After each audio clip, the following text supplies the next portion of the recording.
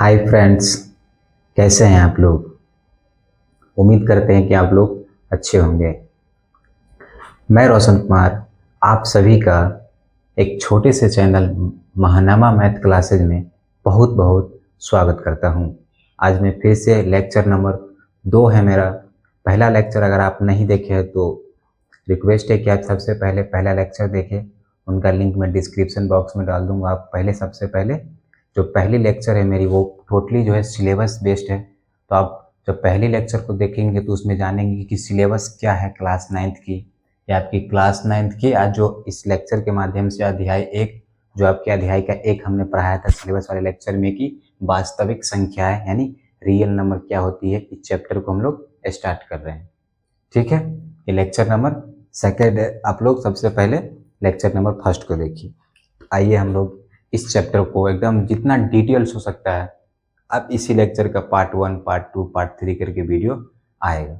ठीक है, तो चलिए इस चैप्टर को शुरुआत करते हैं। तो इस चैप्टर यानी जो क्लास 9th की सबसे पहली चैप्टर है वास्तविक संख्या, इसमें हम लोग जानेंगे सबसे पहले कि प्राकृत संख्याएं क्या होती है, यानी नेचुरल नंबर। सबसे पहला है आपका प्राकृत संख्या। सबसे पहला है आपका प्राकृत संख्या।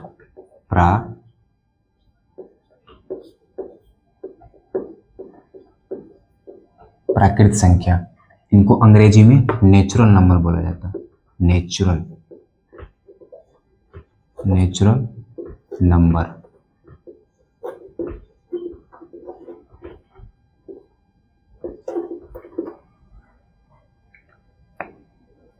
सबसे पहला हम लोग क्या जानेंगे इस चैप्टर में, प्राकृत संख्या यानी नेचुरल नंबर।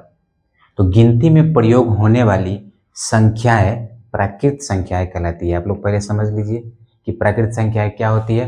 तो गिनती में प्रयोग होने वाली संख्याएं प्राकृत संख्याएं कहलाती है। एग्जाम्पल, जैसे गिनती की संख्या क्या हो सकती है, 1, 2, 3, 4, 5, ऐसे करके बहुत अनंत तक संख्याएं जाएंगे। आप लाखों करोड़ों तक जाएं, हजारों तक जाएं, वो सारी संख्याएं क्या होंगी, प्राकृत संख्याएं। जितनी भी संख्याएं हैं जिनको हम गिन सकते हैं उसको हम प्राकृत संख्याएं कहते हैं। ठीक है, चलिए हम लोग डेफिनेशन लिख लेते हैं। गिनती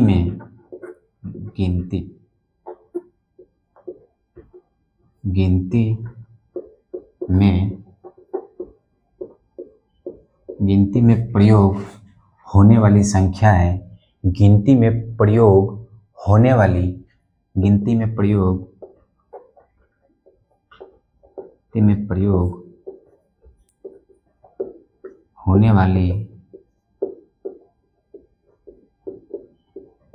संख्याएं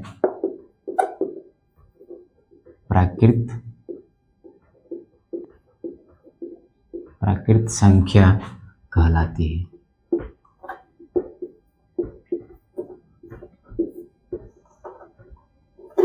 गिनती में प्रयोग होने वाली संख्या क्या कहलाती है, प्राकृत संख्या कहलाती है। एक पॉइंट इसमें लिख लीजिएगा कि प्राकृत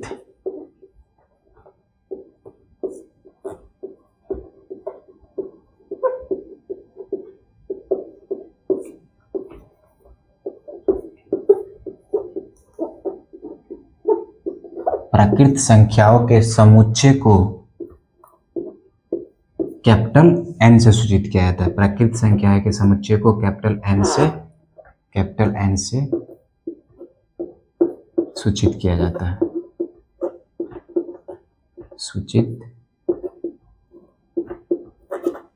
किया जाता है। अब हम लोग जानेंगे जैसे कि प्राकृत संख्याएं कौन कौन सी होती है। जैसे बोले तो एग्जाम्पल, जैसे आप लोग लिख लेंगे।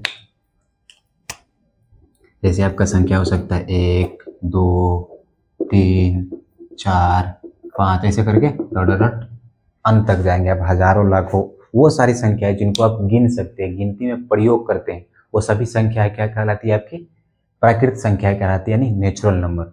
और प्राकृत संख्याएं के समुच्चय को एन से सूचित किया जाता है। समुच्चय यानी ग्रुप में। जैसे देखिए बोलेगा कि इसका समुच्चय लिखे, तो कैसे लिखेंगे हम लोग, n इक्वल टू 1, 2, 3, जो भी संख्या है 4, 5 ये हो गया आपका समुच्चय। लिखने के लिए बोलेंगे तो हम लोग ऐसे लिखेंगे, ठीक है। तो जो हमारी चैप्टर है, फर्स्ट चैप्टर वास्तविक संख्या है, अध्याय नंबर 1, क्लास 9th की, उसमें हम लोग सबसे पहला जो जानने हैं वो क्या है, प्राकृत संख्या यानी नेचुरल नंबर। वो क्या होती है कि गिनती में प्रयोग होने वाली संख्याएं प्राकृत संख्याएं कहलाती है, और प्राकृत संख्याओं के समुच्चय को कैपिटल एन से सूचित किया जाता है। किससे सूचित किया जाता है, कैपिटल एन से सूचित किया जाता है।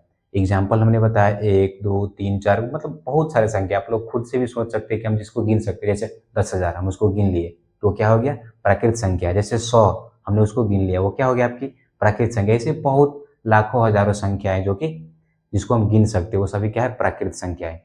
अब इसमें 2 पॉइंट और रह गया, उसको जान लेते हैं हम लोग। जगह है नीचे,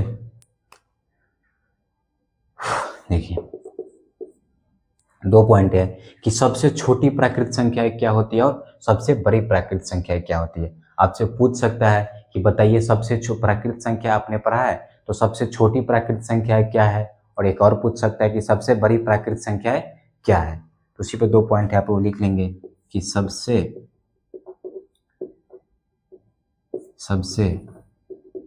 छोटी प्राकृत संख्या,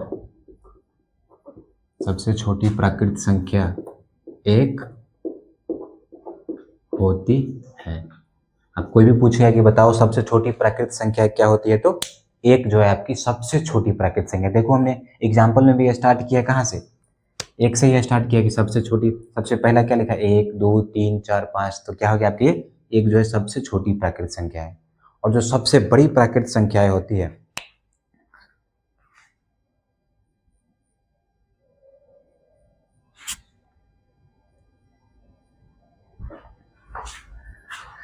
और जो एक होती है सबसे बड़ी प्राकृत संख्या, सबसे बड़ी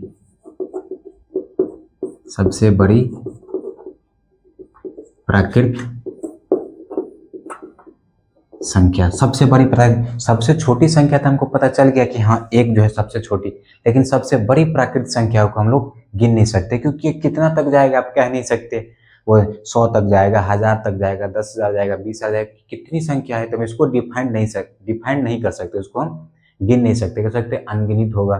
जैसे हम लोग तो क्या लिखेंगे इसके लिए, CND बोले तो होता है कैन नॉट डिफाइन, हम इसको डिफाइन नहीं कर सकते, कैन नॉट डिफाइन होती है,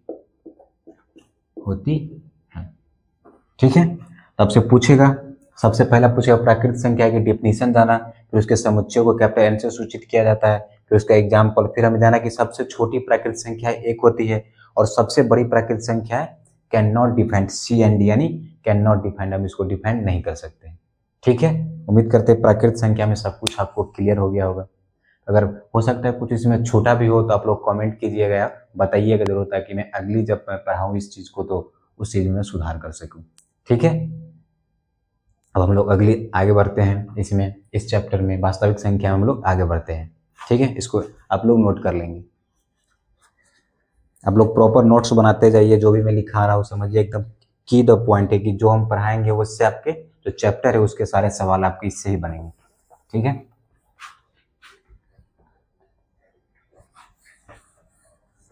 अब अगला जो हम लोग पढ़ेंगे वो है सम संख्या एवं विषम संख्या।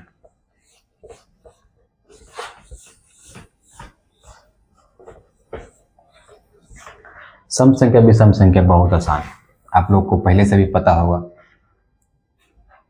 अगला जो है आपकी सम संख्या, अगला क्या है आप लोग, सम संख्या। सम, हो सकता है वीडियो थोड़ा सा लंबा हो जाए। सम संख्या, सम संख्या को अंग्रेजी में इवन नंबर बोला जाता है, even number, EVEN, even number, even number. अब देखते हैं हम लोग सम संख्या क्या होती है। सम संख्या क्या होती है, वैसी संख्याएं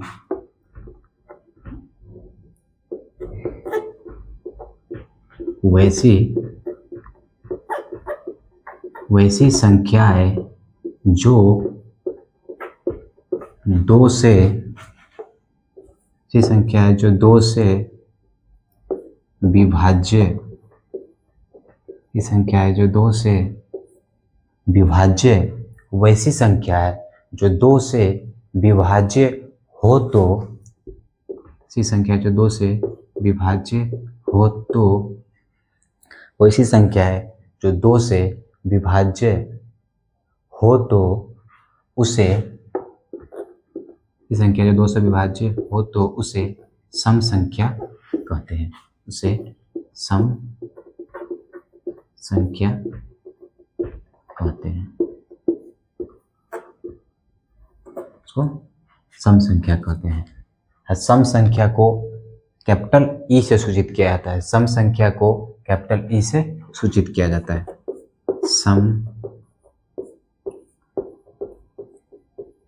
सम संख्या को कैपिटल ई से सूचित किया जाता है, सूचित किया जाता है। देख लीजिए, सम संख्या क्या होती है, तब लोग बताएंगे कि वैसी संख्या जो दो से विभाज्य हो। विभाज्य का मतलब क्या है, जब हम किसी भी संख्या को जब दो से भाग देंगे तो वो पूरी पूरी कट जानी चाहिए, कोई शेष नहीं बचना चाहिए, तो वो संख्या क्या कहलाएगी, सम संख्या कहलाएगी। सम संख्या जैसे क्या हो सकता है, जैसे हो गया आपका 2, 4, 2 दूना 4, ये भी कट जाएगा, 6, 8, 10, 12 ऐसे करके तो डायरेक्ट बहुत सारे होंगे। जैसे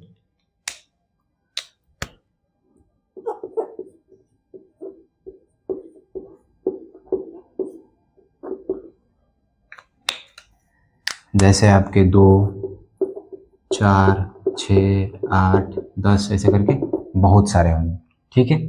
और सम संख्या को कैपिटल ई से सूचित किया जाता है। और एक चीज और लिख लीजिए कि सम संख्या को पहचानने का नियम, कि जिसके इकाई स्थान पर, जिसके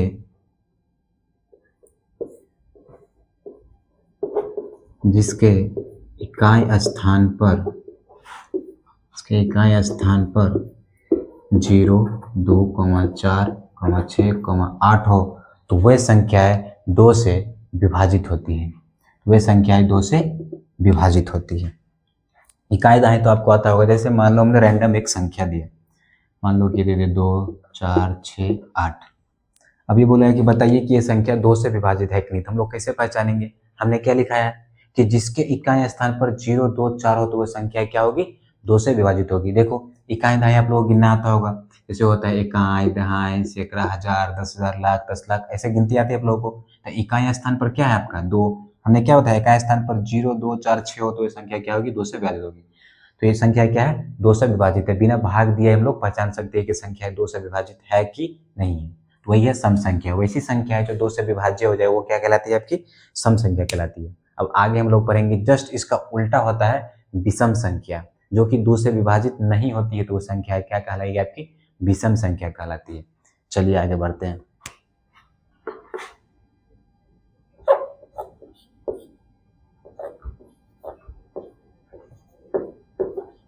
विषम संख्या, विषम संख्या, विषम संख्या को अंग्रेजी में ऑड नंबर बोलते हैं। क्या बोलते हैं, ODD, ऑड नंबर।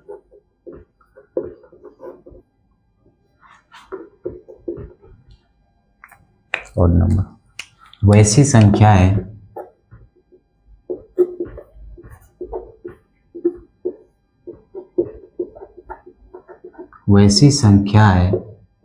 जो 2 से, वैसी संख्या है जो 2 से विभाज्य, 2 से विभाज्य ना हो तो उसे विषम संख्या कहते हैं, उसे विषम संख्या कहते हैं। उसे क्या कहते हैं हम लोग, विषम संख्या कहते हैं। वैसी संख्या है जो 2 से विभाज्य न हो तो वो क्या कहलाएगी, आपकी विषम संख्या। और वैसी संख्या जो 2 से विभाज्य हो जाए वो आपकी क्या कहलाएगी, सम संख्या कहलाएगी।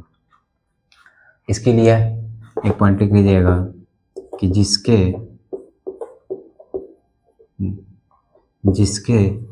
इकाई स्थान पर जिसके इकाई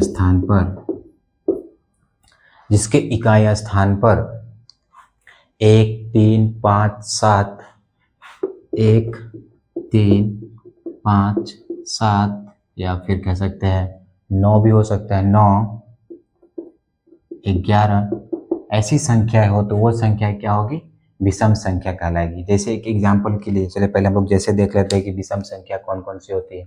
वैसी संख्या लेंगे जो 2 से विभाज्य ना हो, विभाज्य यानी वो उसमें 2 से भाग नहीं लेंगे और लगेगा भी तो उसमें क्या बच जाएंगी, शेष बच जाता है। जैसे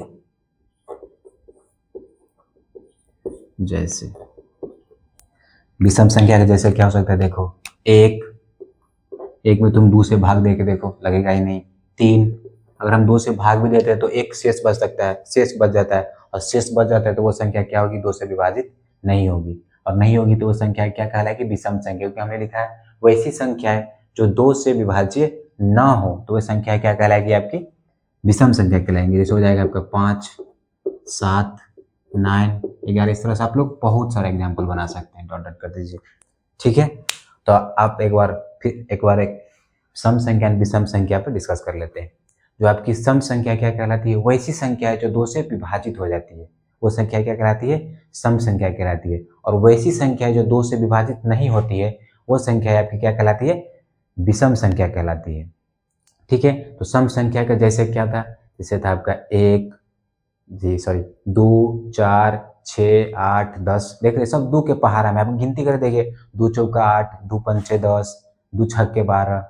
और ये जो विषम संख्या है वो 2 से विभाजित नहीं होती है, तो क्या हो गया आपका एग्जाम्पल 1 3 5 7 9 11 13, ऐसे करके 15 17 19 21 ऐसे करके बहुत सारा जाएगा, इसलिए हमने डॉट डॉट दे दिए, ठीक है। आशा करते हैं कि और सम और विषम संख्या में आपको कभी आप कंफ्यूजन नहीं होगा, ठीक है। चलिए आगे बढ़ते हैं।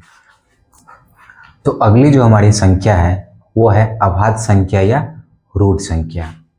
हम लोग जानेंगे सबसे पहले कि अभाज्य या रूट संख्या क्या होती है, उनका डेफिनेशन जानेंगे। हम कैसे पहचानेंगे कि जो संख्या दिया हुआ अभाज्य संख्या है या नहीं है, तो उसके लिए एक डेफिनेशन है कि 1 से बड़ी वह प्राकृत संख्या जो 1 एवं स्वयं को छोड़कर किसी भी अन्य संख्या से विभाज्य न हो तो वो संख्या है आपकी क्या कहलाएगी, अभाज्य या रूट संख्या कहलाएंगी। जैसे देखो आपका है 2 को आप भाग दो, देखो जैसे 2 संख्या है आपका, 2 का भाग दो, 1 से भाग दोगे तो कट जाएगा ये, फिर ये 2 जो है 2 से भी कट जाएगा, 2 1 2, बट ये किसी और संख्या से कट रहा है, क्या बोला, 1 एवं स्वयं से विभाजित हो, ये 1 से विभाजित है और ये स्वयं यानी 2 जो है 2 से ही विभाजित है, तो ये संख्या क्या कहलाएगी, अभाज्य संख्या कहलाएगी। इसी प्रकार आपका 3 भी है, 5 भी है, 7 भी है। तो यहाँ पर 9 हमने नहीं लिया, क्यों नहीं लिया, देखो जैसे 9 को हम लेते हैं तो 9 जो है 1 से भी विभाजित है ना। 9 जो है आपका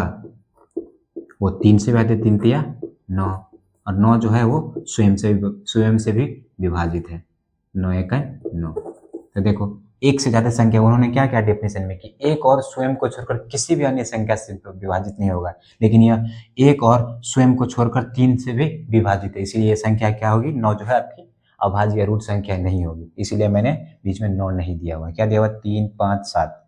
अब जो इस पे एक नॉर्मल सा क्वेश्चन आता है, कोई आपसे पूछ देगा कि बताओ सबसे छोटी अभाज्य संख्या क्या होती है, इसको लिख लेना स्टार बना के, सबसे छोटी